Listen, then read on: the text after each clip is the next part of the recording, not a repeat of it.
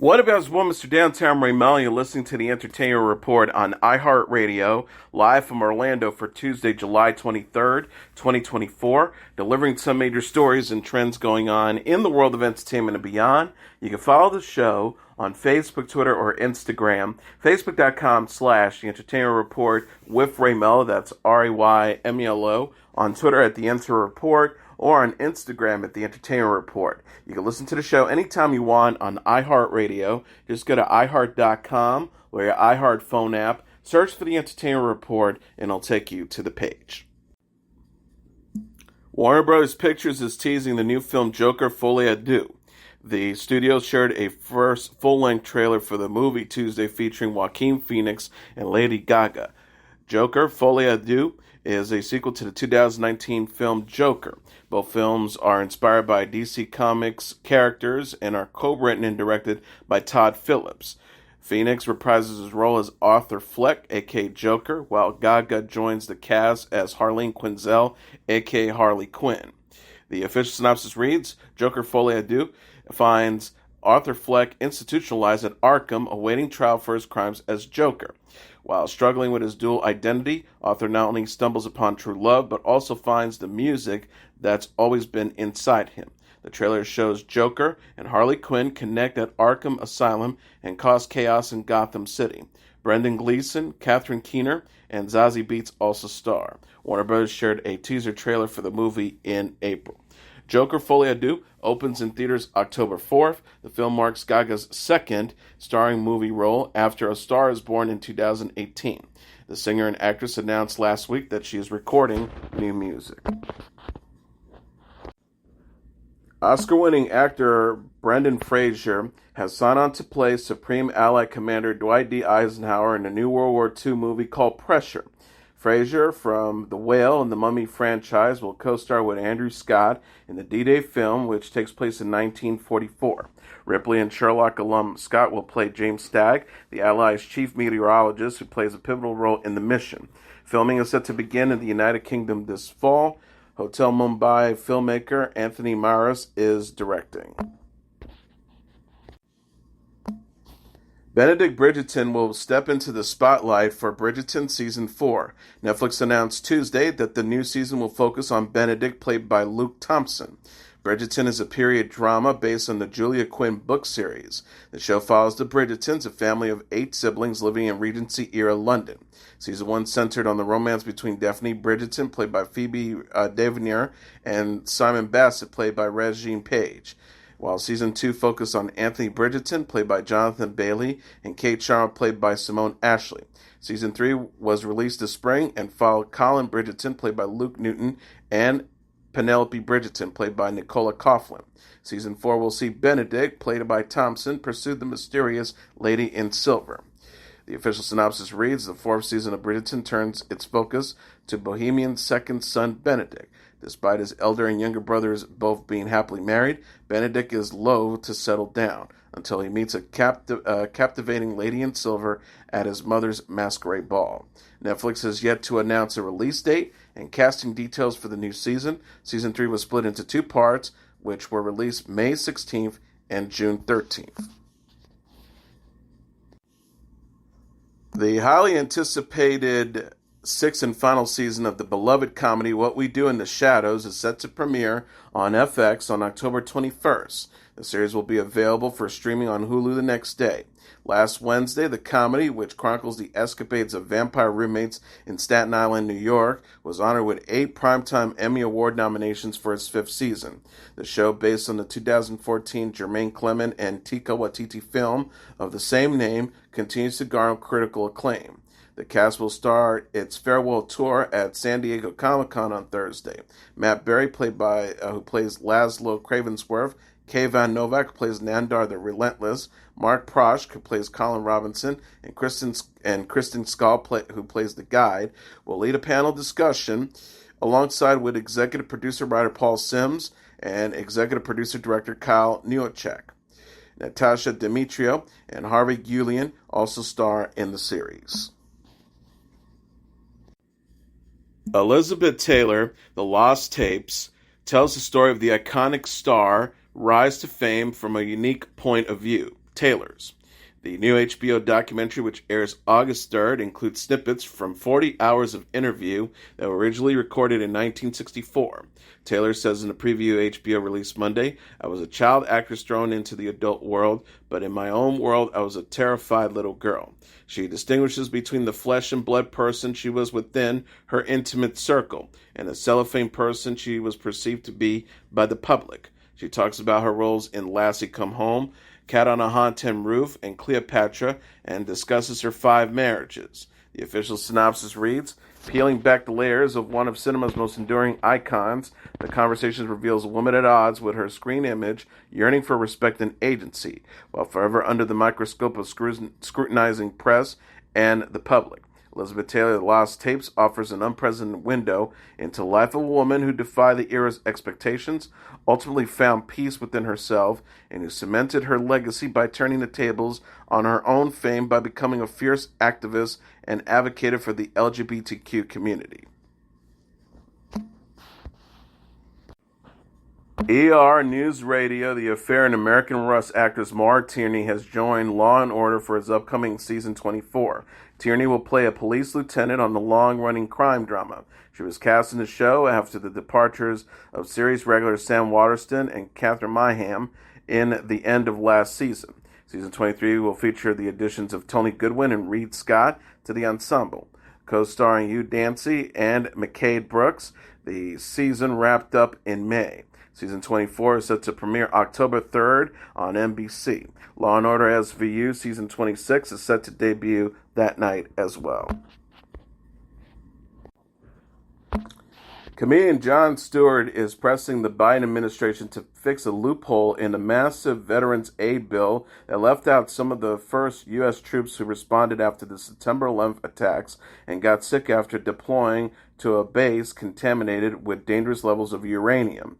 Special Operations Force deployed to Karshi Kahaban, or K2, in Uzbekistan 3 weeks after the 2001 attacks. K2 was a former Soviet air base that U.S. forces used to strike Taliban targets inside Afghanistan in the early days of the war. The base was a former chemicals weapons processing site and littered with Soviet-era debris, including demolished bunkers, missile parts, and highly radioactive uranium power, according to documents obtained by the Associated Press.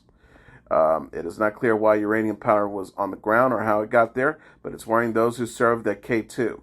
Thousands of K2 veterans in the years have since reported complex medical conditions, some of which are known to be connected to radiation exposure. Stewart said in an interview with the AP, "Imagine you're stationed inside the meth lab on Breaking Bad. These guys were exposed to a toxic soup of basically an exploded chemical and nuclear weapon facility." Bernice Johnson Reagon, a musician and scholar who used her rich, powerful contralto voice in the service of the American civil rights movement and human rights struggles around the world, died on July 16th, according to her daughter's social media post. She was 81. Her death was announced yesterday. Reagon was probably best known as the founder of the internationally renowned African-American female a cappella group Sweet Honey in the Rock, which she led from 1973 until her retirement in 2004. The Grammy-nominated group's mission had been to educate and empower as well as entertain. They performed songs from a wide range of genres that included spirituals, children's songs, blues, and jazz. Some of their original compositions honored American civil rights leaders and international freedom movements like the struggle against apartheid in South Africa. Reagon was 81. An iconoclastic filmmaking legend and one of the world's most enduring musical acts headlined this year's crop of Kennedy Center honoree recipients. Director Francis Ford Coppola and the Grateful Dead will be honored for lifetime achievement in the arts, along with jazz trumpeter Arturo Sandoval, blues legend Bonnie Raitt, and the legendary Harlem Theater, The Apollo, which has launched generations of black artists. The 47th Kennedy Center class will be honored with an evening of tributes, testimonials, and performances on December 8th at Washington's John F. Kennedy Center for the Performing Arts. The ceremony will be broadcast on CBS on December 23rd. Starting out as a folk-infused quintet In psychedelia era 1960 San Francisco, the Grateful Dead steadily morphed into a cultural phenomenon and one of the most successful touring acts of its time. Fueled by the carnival atmosphere of its traveling Deadhead fans and an ethos that emphasizes tape trading and emphasized live performance over studio output, the Dead has spawned multiple generations and remain wildly popular. Lead guitarist and founding member Jerry Garcia died in 1995, but the band continued to almost non-stop tour in multiple incarnations. Coppola, who's 85, has established himself as a trailblazing filmmaker, winning 5 Oscars and earning a reputation as a driven artist willing to risk his reputation and finances for his vision. Even after the massive successes of The Godfather and the sequel, Coppola drove himself into near bankruptcy while filming Apocalypse Now, which turned out to be another classic. Sandoval rose to prominence as a musician in his native Cuba, playing the piano and percussion, but specialized in the trumpet. His work brought him into contact with jazz legends Dizzy Gillespie, who championed his music and personally helped him defect from Cuba while on tour in Europe in 1990. Shortly after his defection, Sandoval performed at his mentor Gillespie's own Kennedy Center honorees induction. Raitt's memories of the Kennedy Center honors goes back to the 1970s, when she accompanied her father, Broadway performer John Raitt, who was taking part in a tribute to composer Richard Rodgers. Raitt said, "I guess I got to visit the White House and hang out with the Carters. I got my first taste of what this weekend really means." As an adult performer, Raitt experienced the other side of the Kennedy Center honors equation, performing as part of tributes to Mavis Staple in 2016 and Buddy Guy in 2012. These performances are frequently kept secrets from the honorees themselves. And Raitt says she looks forward to seeing who the planners come up with her own tribute.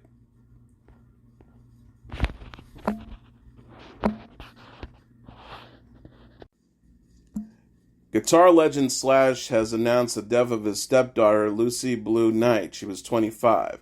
The New York Post said an autopsy is being conducted to determine the cause. The Guns N' Roses guitarist wrote in a statement on Instagram, "Lucy Blue Knight, beloved daughter of Megan Hodges and Mark Knight, stepdaughter of Samantha Summers Knight and Slash, sister of Scarlett Knight, stepsister of London and Cash Hudson, passed peacefully in Los Angeles, California, July 19, 2024. Lucy Blue was a talented artist, a passionate dreamer, and a charming, lovable, sweet soul. The family asked for privacy at this time and requests that social media speculation be kept to a minimum as they grieve and process this devastating loss." Her final social media post, apparently pre-scheduled, appeared on her Instagram account after her death. The message on Knight's account says, "Whether I made you feel excluded, manipulative, controlled you, told you to quit your day job from the comfort of being financially supported by my parents, or drown real issues in toxic positivity, I'm sorry. Countless missed opportunities and connections due to a disgustingly big ego, insecure heart, and fear of being vulnerable. May my soul learn to be evolved from my poor job at being Lucy Blue. Peace." Hodges commented, "My baby girl, I love you with everything. I'm so sorry." Selma Blair, the actress, wrote, "I wish you hadn't felt this. We all feel this when we're sensitive. You deserve more." South Korean singer Jimin took to the stage on The Tonight Show starring Jimmy Fallon. The K-pop star and member of the boy band BTS performed his song Who during Monday's episode of the NBC Late Night Talk Show. Jimin was joined by backup dancers as he sang and danced in an empty atrium. Tonight Show host Jimmy Fallon said he got to hear Who before it was released after running into Jimin in the recording studio. Who is a single from Jimin's second full-length solo album, Muse. The singer released the album and a music video for Who on Friday. Muse also features the track's Rebirth intro, Interlude Showtime, Sarmardo Garden Marching Band featuring Loco, Slow Dance featuring Sophia Carlson, Be Mine, and Closer Than This. The album is Jimin's second after Face, released in March 2023. As a full group, BTS consists of Jimin, Jin, Sugar, J-Hope, RM, V, and Jungkook. The group is on hiatus as the members fulfill their mandatory military service in South Korea and pursue their solo careers. And in a related story, an exhibition celebrating K-pop star Jungkook's solo career will open next month in Seoul, organizers said on Tuesday. Titled Golden, The Moments, the exhibit will take place at the Le Méridien and Moxie Seoul Myeongdong Hotel in the city's popular Myeongdong shopping district from August 30th to September 30th. Organized by Hype Inside, K-pop powerhouse Hype's exhibition brand, it marks the company's first exhibition on Hype's solo artists. The event aims to highlight the BTS member's journey as a soloist, from his debut with the digital single 7 in July 2023 to the release of his first album, Golden, in November of the same year. According to organizers, visitors can expect to see a range of exclusive items, including stage costumes and in-ear monitors worn by the vocalist in music videos for 7 in 3D and on various stages at home and abroad. Trophies and plaques received during his Golden album promotions, as well as previously unreleased photographs of him, will also be available. The exhibit will also feature a cinema-style viewing area where fans can watch Jungkook's music video and perform footage, they say. The youngest member of the K-pop superband, Jungkook, has been serving in the South Korean military since December. And finally, here are the top 10 songs on the Billboard Hot 100 sales charts for the week of July 27th. Number 10, Eminem with Houdini. Number 9, Benson Boone with Beautiful Things. Number 8, Teddy Swims with Lose Control. Number 7, Hozier with Too Sweet. Number 6, Sabrina Carpenter with Please, Please, Please. Number 5, Sabrina Carpenter with Espresso. Number 4, Tommy Richmond with $1 Million Baby. Number 3, Kendrick Lamar with Not Like Us. Number 2, Post Malone featuring Morgan Wallen with I Had Some Help. And the number 1 song on the Billboard Hot 100 sales charts for the week of July 27th, Shabuzi with a bar song, Tipsy.